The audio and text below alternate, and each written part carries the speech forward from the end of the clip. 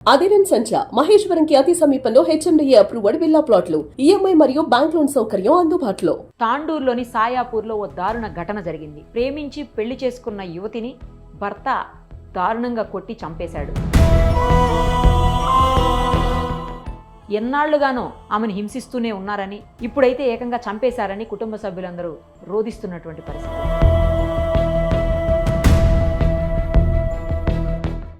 కేవలం 8 నెలలు అయింది వాళ్ళకి పెళ్ళయి. ఈ 8 నెలల్లో అనేక సార్లు ఆమెను కొట్టి ఇంటికి పంపించేసి మళ్ళీ తీసుకువెళ్ళడం, మళ్ళీ కొట్టడం, ఇవన్నీ రెగ్యులర్గా జరుగుతున్నాయని చెప్తున్నారు. అయితే ఇప్పుడు చనిపోయిన ఈ సందర్భంలో మాత్రం కేవలం రైస్ ఇంట్లో ఉంది ఆల్రెడీ ఉండగా మళ్ళీ ఈమె వండింది అన్న ఉద్దేశంతో భర్త కొట్టాడు అని చెప్తున్నారు. ఎంత దారుణం! రైస్ ఉంటే ఏమవుతుంది? ముందు రోజు రాత్రి రైస్ ఉంది, మళ్ళీ ఎందుకు వండావని చెప్పి, అంటే చద్దన్నం ఉంది, మళ్ళీ ఎందుకు వండావని చెప్పేసి కొట్టడం.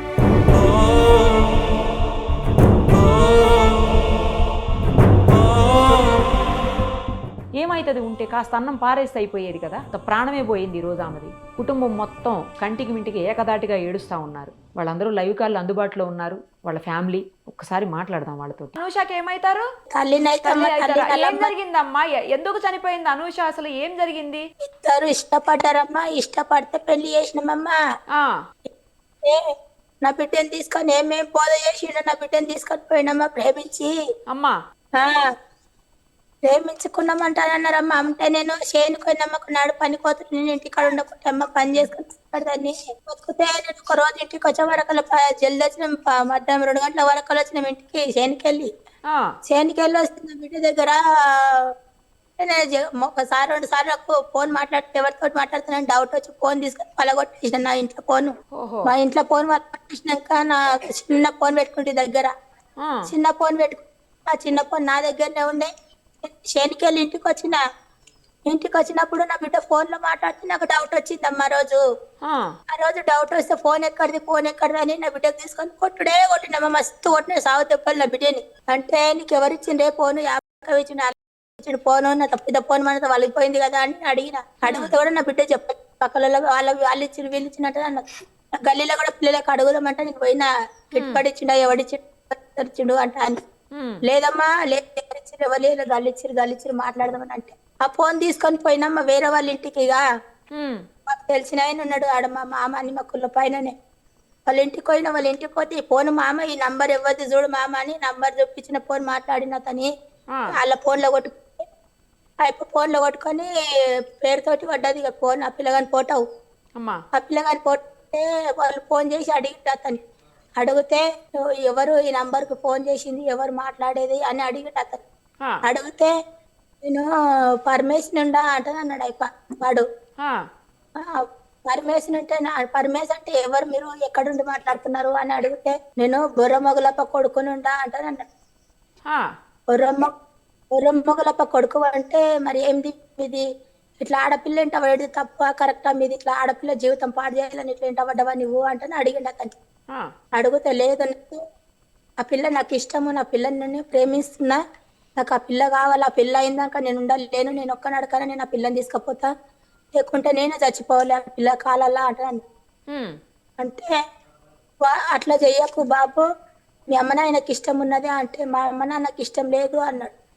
అంటే ఇటు నుండి అమ్మకు కూడా ఇష్టం లేదు, అట్లా సమస్య కాదు అది. నువ్వు మీ అమ్మ మీ నాయన దోల్కరా, మీరిద్దరు ఇష్టపడతారు కదా, అందరం కూర్చొని చేస్తాం పెళ్లి అంటే అయిపోన్నాడు. అంటే మా అమ్మలు రారన్నాడు. చూడు మేడం వాడు అస్సలు కొన్నాడు కూడా మా అమ్మ అయిపోయి ఇష్టం లేరు, వాళ్ళు రారు. నేను పెళ్లి చేసుకుంటా ఆ పిల్లని, నేను నాన్న పెట్టుకొని బతుకుతా మంచిగా నడుపుకుంటా, నేను ఆ పిల్లని నాకు ఆ పిల్ల కావాలి, నేను ఆ పిల్ల లేకుండా నేను చచ్చిపోతా అన్నాడు. మేడం నా బిడ్డని చంపిమని వేసిండు అమ్మవాడు. అంటే అప్పటిదప్పుడే అయ్యప్ప ఫోన్ చేసి పుల్ల పట్టేలకు ఫోన్ చేసి చెప్పిండు, ఈ కథ ఇంతవరకు అయినాక పిల్లని మస్తు కొట్టినమ్మా, నేను మస్తు చింతపండు చేసిన పిల్ల నా బిడ్డని కొడితే అట్లా కాదు, ఒక ఆడపిల్ల జీవితం ఇట్లా నువ్వు పాడు చేయ పరమేశ్వరు మంచి లేకుంటది అంటే నా అన్నాడు. అంటే మస్తు నేను వాళ్ళ ఇంటికి తీసుకుపోయి మస్తు కొట్టిన నా బిడ్డని. ఇక మా ఇంట్లో కొట్టిన వాళ్ళ ఇంట్లో కొట్టిన కంది కట్టలే కట్టతోటి కొట్టి ఆడవాడ వాతలు వచ్చినాయి. వాతలు వస్తే నేను ఆడన్న వాడి చచ్చిపోతానంట అని, నువ్వు పిల్ల ఎందుకు కొట్టావురా అని ఇంట్లో మనవయ్యా, నా సంసారం నా పిల్లని పాడు చేద్దామని వస్తున్న వారా, నా ఇంట వాడి నా పిల్లంట వాడి, నువ్వు నేను ఒక్కనాడు కూడా ఇయ్యనరా నీకు అంట నన్ను అమ్మ. మేడం నేను ఇయ్యనంటే నేను ఆ పిల్ల నోటి నుండి ఒక మాట అనుమానం, నేను మా అమ్మ సంబంధమే చెప్పుకుంటా అంటే నేను చెప్పెడతా అన్నాడు వాడు. అది చెప్పే అన్న బిడ్డకు మస్తు కొట్టినాం మేము. కొడితే మా అమ్మ చేసిందే చేసుకుంటా అన్నది. నా బిడ్డ ఆడికైనా కూడా నా మాట ఓడగొట్టలేదమ్మా నా బిడ్డ. అయితే నేను కొట్టిన ఆ రోజు కొట్టినా కదా, కొట్టినాక నా తిరుకున్నది ఇట్లా ఇద్దరం తలవిలం పండుకున్నాము. పొద్దుగా లేచింది ఆయన బాత్రూంలోకి పోయిందేమో అనుకున్నా.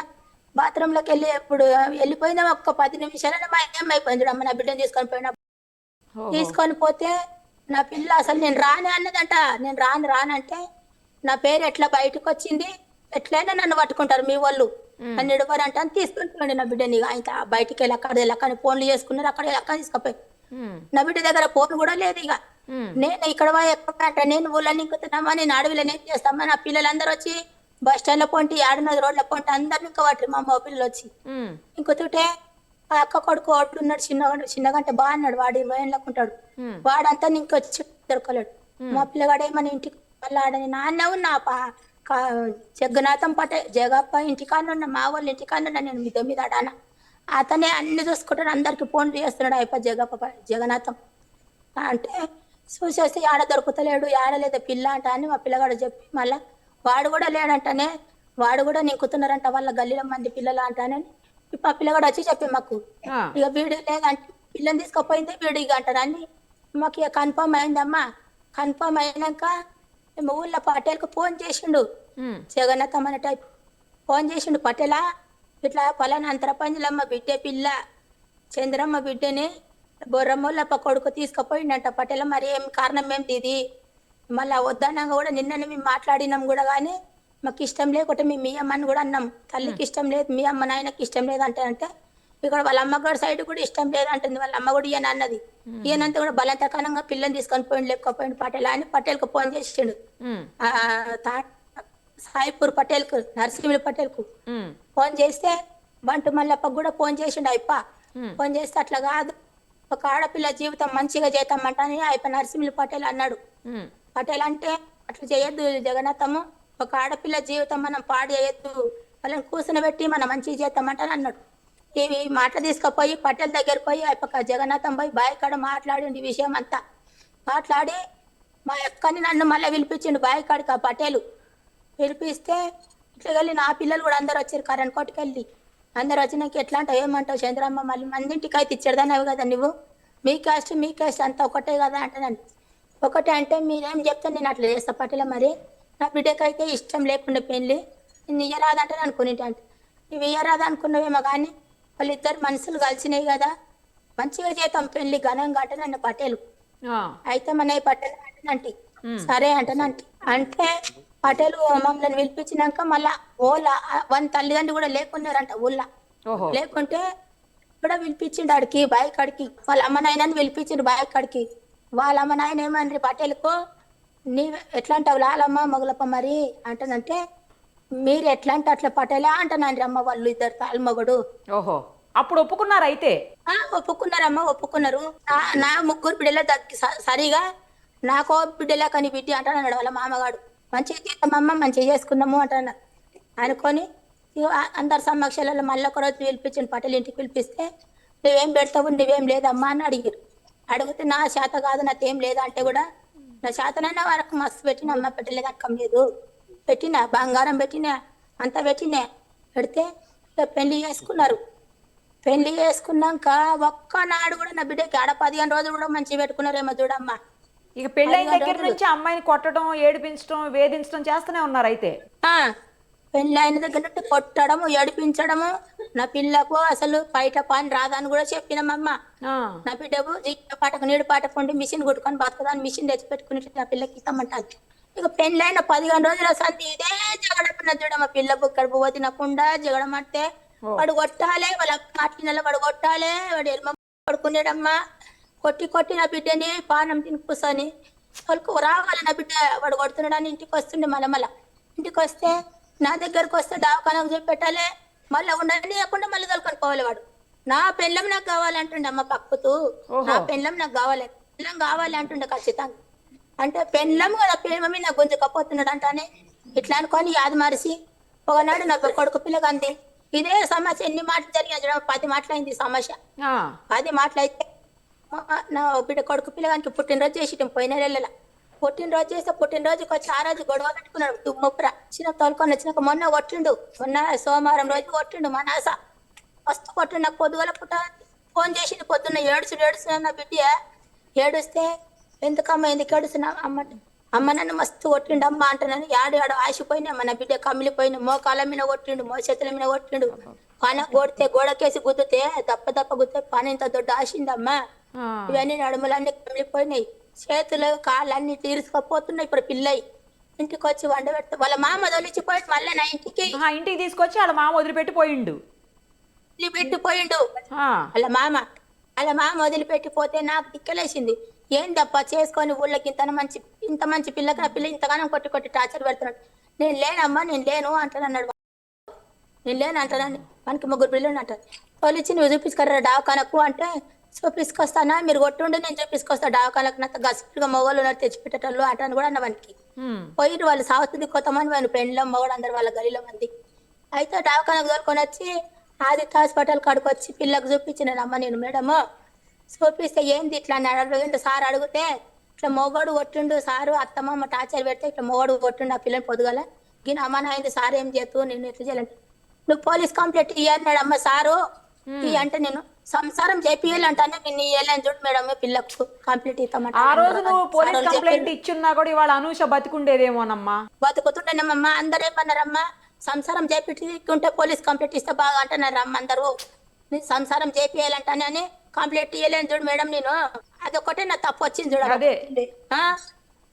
అంటే మళ్ళీ తెల్లారి మా పిల్లలు తీసుకొని మళ్ళీ హాస్పిటల్ పోదామని మేము వచ్చినాం మళ్ళా కార్ తీసుకొని వచ్చినాం. మళ్ళీ సోమవారం మీ దగ్గరికి వచ్చింది దెబ్బలు తగిలిని సోమవారం వచ్చింది హాస్పిటల్ తీసుకుపోయి చూపించారు. మళ్ళీ ఎప్పుడు పంపించినావు అమ్మాయిని? బేస్తారం రోజు గురువారం నాడు మళ్ళీ పంపినావు. సోమవారం నాడు డాకాను చూపించుకొచ్చి బేస్తారం నాడు మళ్ళీ డాకాను చూపించుకుందామని ఇక్కడ మేము మా ఊరికి తోలుకొని వచ్చుకొని చూపించుకుందాం మంచిగా ట్రీట్మెంట్ చేసుకుందాం నా పిల్లలని నేను తోలుకొని వచ్చుకుంటున్నామ్మా. తోలుకొని వస్తుంటే రోడ్డు మీదకి వచ్చిండు ఆ సంపత్ హాస్పిటల్ కాడికి వచ్చిండు వాడు మేము కాలు వస్తుంటే వచ్చి బండి ఆపి మమ్మల్ని అడ్డం నిలబెట్టి కారు బండి ఆపి నా పిల్లని గుంజుకొని పోతున్నాడు. తీసుకుపోయాడా మీ దగ్గర నుంచి మళ్ళీ తీసుకుపోయాడు. నేను అప్పుడే పటేల్ కు ఫోన్ చేసిన పటేల్ కు ఫోన్ చేసి ఇట్లా చేస్తున్నాడు పటేల్ మామ అంటే అడిగా నేను అంటే అడిగితే ఆ పటేల్ కూడా అన్నాడు అట్లా ఎందుకు చేస్తున్నారు ఎందుకు ఇట్లా చేస్తున్నారు వాని పెళ్ళం వాడు చూపించుకున్నాడా అంటే అన్నాడు అయిపోంటే నేను నా పిల్ల ఏం లేదప్ప నేను చూపించుకుంటా మంచిగా 10 రూపాయలు పెట్టుకొని ఖర్చు పెట్టుకొని చూపించుకుంటా నేను మాట్లాడిన ఇక వాంతింత మాట గొడవ నాదింత వల్లుడు ఎట్లా అంటే అట్లా గలీజు మాట్లాడతాడు. కాదు అనూష నేను పోను నీతోటి రాను నేను మా అమ్మతోటి పోతానని అనలేదా అన్నది అంటే కూడా గుంజుకోపోయింది అమ్మ కిరాతనంగా బండిలకట్లు గుంజుకొని పోయి మమ్మల్ని ఆడికలు దోలుకొని వచ్చి వాపస్ దోలుకొని వచ్చి నేను వెళ్ళరా నేను రానని అంటే నేను రాను అంటే కూడా పిల్లని మలిపిందానికి వెళ్ళాడు మా పిల్లగా అంత కార్ తాళాలు దూసుకున్నాడు కార్ని ఎక్కడ ఓని ఎక్కున్నాం మనమంతా తీసుకొని అడిగి ఆదిత్య హాస్పిటల్కి దొరుకొని వచ్చిండు. తోలుకొని వస్తా చూపిస్తా నేను చూపిస్తా హాస్పిటల్ లేదా నేను చూపిస్తా అంటే చూపిస్తున్నాడు. మరి నువ్వు కూడా చూపిస్తావు నేను కూడా చూపిస్తా అంటే అన్నని అంటే ఈ ఊళ్ళో చూపిస్తా వేరే ఊళ్ళో ఎందుకు చూపిస్తావు వేరే ఊళ్ళో అంత ఇది ఉన్నది ఇట్లా అంటే అన్న నా పిల్లకి ఏమున్నది ఏడని చూపించుకుందాం మంచిగా చేసుకుందాము అంటే నేను దొరకపోతున్నా అంటే నువ్వు కూడా రా అంటే మళ్ళీ ఎప్పుడు కొట్టాడు మళ్ళీ ఇంటి దగ్గర కొట్టాడు ఈ సీసీ కెమెరాలో కనపడుతుంది ఎప్పుడు కొట్టాడు అది ఏ రోజు అది తీసుకుపోయాడు చూడు మేడం ఇక అది హాస్పిటల్ కాడికి దొరికొచ్చినాము ఆదిత్య హాస్పిటల్ కాడికి దొరుకొని వచ్చినాక ఆడికి సార్కు మళ్ళీ పోయి మేము అడగానికి పోతే కూర్చున్నాం అన్న దావకాన్లో సార్ దగ్గర అన్నాడు మాతో అన్న జగడం పెట్టుకున్నాం మళ్ళా అంటే సార్ చూడని అన్నాడు చూడనంటే సార్ కట్టకుండా తీసుకురమ్మనంటే మేము వేసారు కడాకొనుకోమంటే ఇక నా పిల్లని బండిలకెళ్ళి గుంజుకున్నాడు నేను వాళ్ళన్నది నా బిడ్డ ఒళ్ళు అంటే కూడా దాంట్లోకి వెళ్ళి గుంజుకున్నాడు ఆటోలు వేసుకొని ఉరుకుతున్నాడు నేను వస్తా అంటే నువ్వు ఎందుకు వస్తావు నేను అడుమలు ఇరుగుతాయి చూడ నువ్వు ఎందుకు వస్తావు అంటే నా పెళ్ళమెంట నా పెళ్ళని నేను చూపించుకుంటా అని తోలుకొని పోయిండు చూడమ్మ గుంజుకొని పోయిండు వాళ్ళ పాలు ఏడొచ్చిండు నన్ను ఎక్కని ఒకపాయి ఆటో కూడా వాళ్ళ పాలు ఎక్కకుంటే ఇది తీసుకొని తోలుకొని పోయిండు 10 నిమిషాలనే పానం తిన్నాడు చూడమ్మ మన కొట్టి చంపిండు చూడమ్మా. నేనేం చేస్తా తల్లి నా బిడ్డకి ఇంతగానం నాటితే వాళ్ళు ఇంత కిరాతులు ఉన్నాడు నా బిడ్డ నా అప్రూపంగా పెంచుకున్నాడు అమ్మ నేను నాకు చిన్న బిడ్డ అంటే ఎవరమ్మ కొద్ద పేర్లేమమ్మ మేము దీనమ్మ టార్చర్ అంటే దాన్ని కడుపునమ్మ అది కూడా మంది ఇంటికి వెళ్ళి ఒక ఆడదయ్య వచ్చింది కదా తల్లి దాని బిడ్డ కూడా ఇట్లా కలిగితే దానికి ఎత్తి అనిపిస్తుండే బాధ దిన్నం జగడమాడుడే పిల్లతో అందరు జగడమాడుడే జగడం కొట్టవద్దు కానమ్మన కొట్టి కానమ్మన కాదమ్మా, అసలు అన్ని సార్లు కొడుతుంటే, అంత భయంకరంగా కొడుతుంటే మీరెందుకు ఊరుకున్నారు? ఆ అమ్మాయిని తీసుకొచ్చి మీ దగ్గరే పెట్టేసుకుని ఆ అబ్బాయికి విడాకులన్నా ఇప్పించేది ఉండే కదా, మనిషి అన్నా బతికుండును కదా ఈరోజు. మేడం వస్తుండే నా బిడ్డే సంసారం చేపియాలని ఇది ఒక్కటే పద్ధతి చెప్తుండే, సంసారం చేపియవచ్చు. అందరూ కొట్టేవాళ్ళ అమ్మ, ఆ అబ్బాయి ఒక్కడే కొట్టేవాడా? వాళ్ళ అమ్మ మాటని వాళ్ళ అమ్మ వాళ్ళందరూ కలిసి కొట్టేవాళ్ళు. అందరూ వాళ్ళ అమ్మ కొట్టింది, వాళ్ళ అమ్మ కూడా కొట్టింది, ఇష్టం వచ్చినట్టు కొట్టింది. మళ్ళీ మీరు ఇంటికి వెళ్ళి అమ్మాయిని తీసుకురన్నా వచ్చేది ఉండేనమ్మా, ఈ అనవసరంగా చంపుకున్నారు కదా చేతులారా. నా చేతులకి వెళ్ళి గుంజుకపోయాడు అదే మరి. కదమ్మా తొప్పి మమ్మల్ని అందరినీ గట్ట. మీరు ఏమైతారండి బ్రదరా? వాళ్ళ అన్నాను మేడం.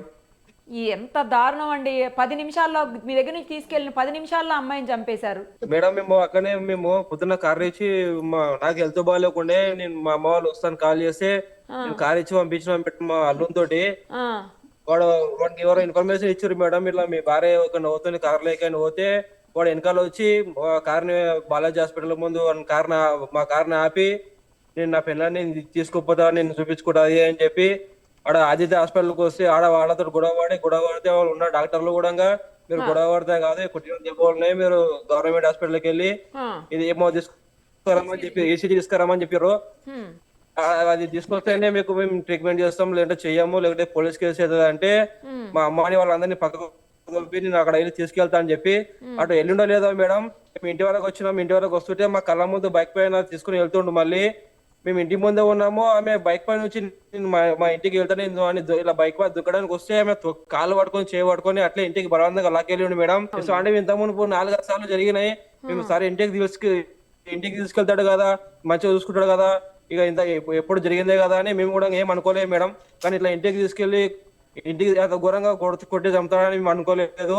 మరి ఆమె అలా ఇంటి దగ్గరికి వెళ్ళిన తర్వాత వాళ్ళ ఇంటి ముందు నుంచి మా ఇంటికి రావడానికి ఒక సందు ఉంటది, ఆ సందు వస్తుంటే వెనక కళ్ళను బట్టి గుంజ కొట్టే వీడియో కూడా మీరు చూసుంటారు.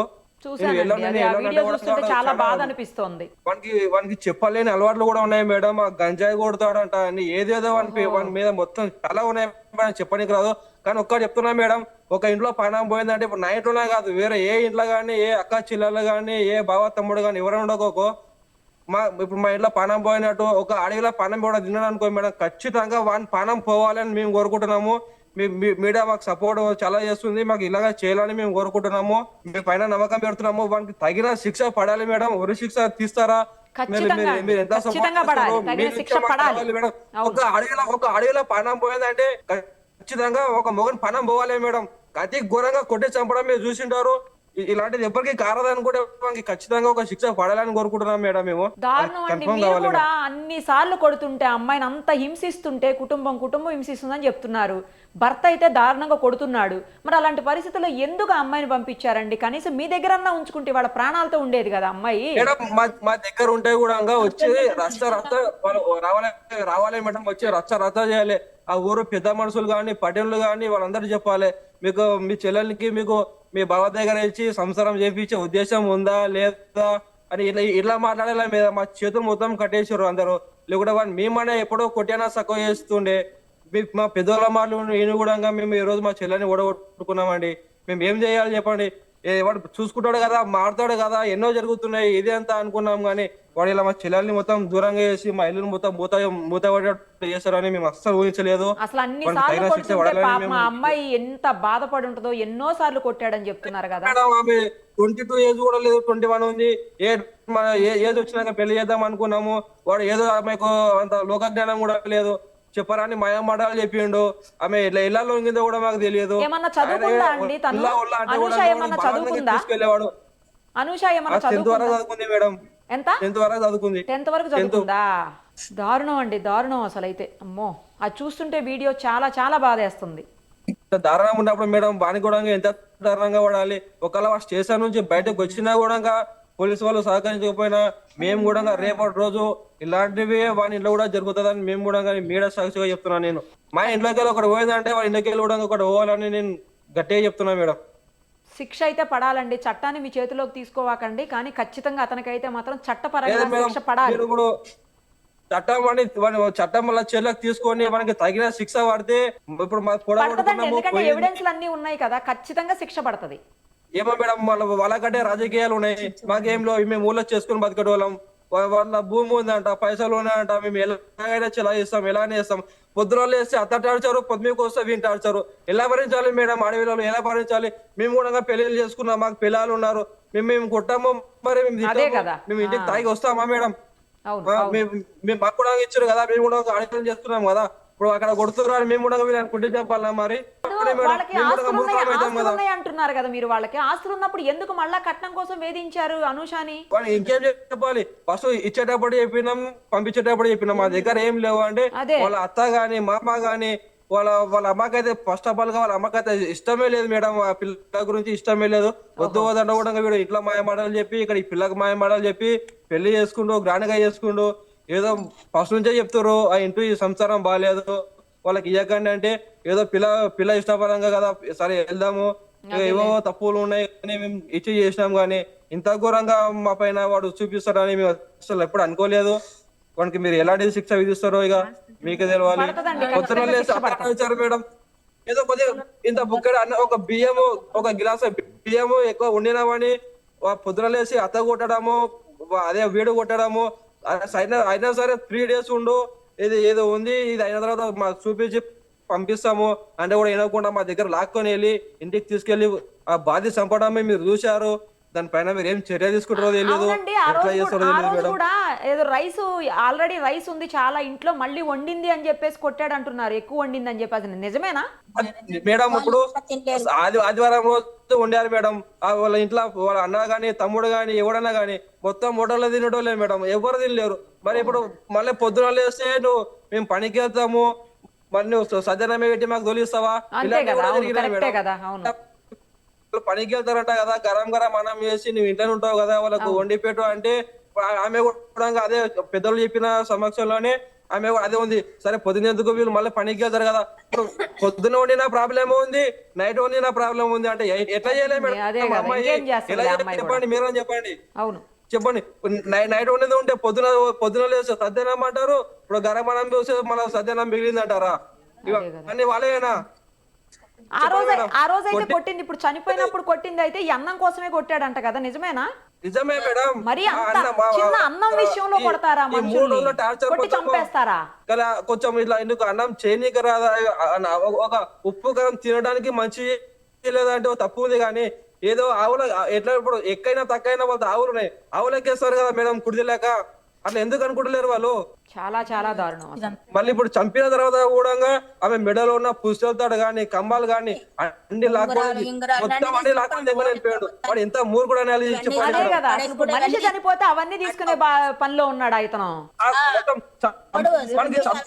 లేదు మేడం, ఆమె ఏముంది, బంగారం ఉందా, ఏముందా, వాడు చేసే మొత్తం దందా కూడా అలాంటిదే మేడం. నేను బండ్లు పెట్టుకోవాలా, బంగారం పెట్టుకోవాలన్నా, ఎవరిని మోసం చేయాలి, ఎవరిని కొట్టాలి, నేను గంజాయి అమ్ముందా, ఇలాంటివన్నీ చెప్పరాని ఉన్నాయి మేడం. అని పైన మీరు గట్టిగా పోలీసు వాళ్ళకి పంపించి మళ్ళీ ఒకసారి ఎంక్వైరీ చెప్పిన మన పైన మొత్తానికి ఇంకా బయట పడతాయి వాళ్ళ పైన. చేస్తారండి పోలీసులు, సమగ్రంగా దర్యాప్తు చేస్తారు, అందులో డౌట్ ఏం లేదు. ఎవిడెన్స్లు కూడా ఉన్నాయి, 100% శిక్ష పడుతుందండి. ఆ ఆత్మకు శాంతి చేకూరాలని మాత్రమే మనం ఇప్పుడు కోరుకోగలిగింది, ఇంకంతకంటే చేయగలిగింది కూడా మేడం. నేను మీ మీడియా సాక్షి చెప్తున్నా, ఒక పానం పోయిందంటే వాళ్ళు కూడా ఇంకొకరికి ధైర్యం రావాలి, ఒక అడవిలకు ధైర్యం రావాలి, మాలాంటి అన్నదమ్ములకు ధైర్యం రావాలి అంటే మనకి ఖచ్చితంగా మనకి బయటికి రాకుండా ఉరి శిక్ష పడేటట్టు మేమే కాదు మేడం, మా ఊరు మా దోస్తుల కాడికి వెళ్ళి మేము ప్రతి ఒక్కరి నుంచి మేము కోరుకుంటున్నాము, వానికి తగిన శిక్ష అంటే ఉరి శిక్ష చేయాలని మేము ఖచ్చితంగా తగిన శిక్ష పడుతుంది, ఖచ్చితంగా పడుతుంది. మీరు కొంచెం ధైర్యంగా ఉండండి అంతే. మేడం నా ఇంటిలో జరిగింది నాకే కాదు ఇబ్బంది అని నేను అనుకోవడం లేదు, వేరే వాళ్ళకైనా ధైర్యం రావాలి, మేము చేసే పోరాటానికి వేరే వాళ్ళకైనా ధైర్యం రావాలి, వాళ్ళైనా బాగుపడాలి. మేము ఎలానో లాస్ అయినాము, ఏమైనాము, మా కర్మనో మేడం, మనిషి ఎలాగో తిరిగి రాదు. అవును, ఇక ఉన్నోళ్ళైనా మంచిగా బతకాలి అంటే మేడం వానికి తగిన శిక్ష పడాలని కోరుకుంటున్నాం మేడం. మేమైతే ఖచ్చితంగా అండి, ఖచ్చితంగా అండి, ధైర్యంగా ఉండండి. అక్కలోళ్ళు కూడా అంటున్నారంట మేడము, సంపుతీరా సంపుతి ఇల్లు ఆడిస్తుంటే నేను సంపి చేరుకోత అన్నాడంట అమ్మ కూడా.